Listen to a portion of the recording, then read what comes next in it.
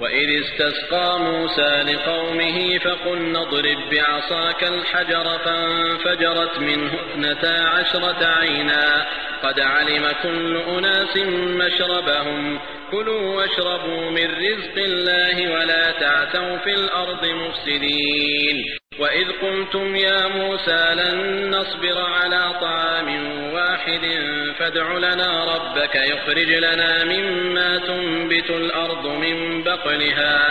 من بقلها وقثائها وفومها وعدسها وبصلها قال أتستبدلون الذي هو أدنى بالذي هو خير اهبطوا مصرا فإن لكم ما سألتم وضربت عليهم الذلة والمسكنة وباءوا بغضب من الله ذلك بأنهم كانوا يكفرون بآيات الله ويقتلون النبيين بغير الحق ذلك بما عصوا وكانوا يعتدون. आणि जेव्हा मूसाने आपल्या लोकांकरता पाण्याची प्रार्थना केली तेव्हा आम्ही फरमावलं की आपली काठी अमुक एका दगडावर मारा. तेव्हा त्या दगडातून 12 झरे फुटून वाहू लागले.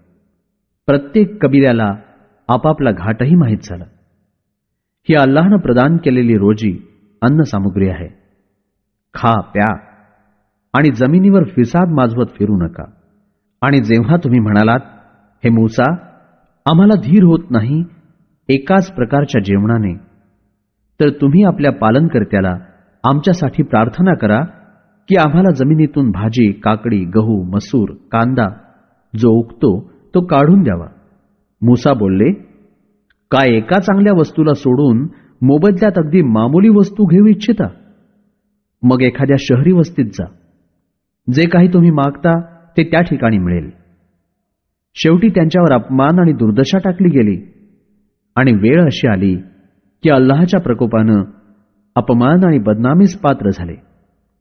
हे अशासाठी की अल्लाहचा आदेशही मानत नव्हते आणि पैगंबरांना नाहक ठार केलं. ते मोठे आज्ञाभंग करणारे होते आणि मर्यादा राखत नव्हते.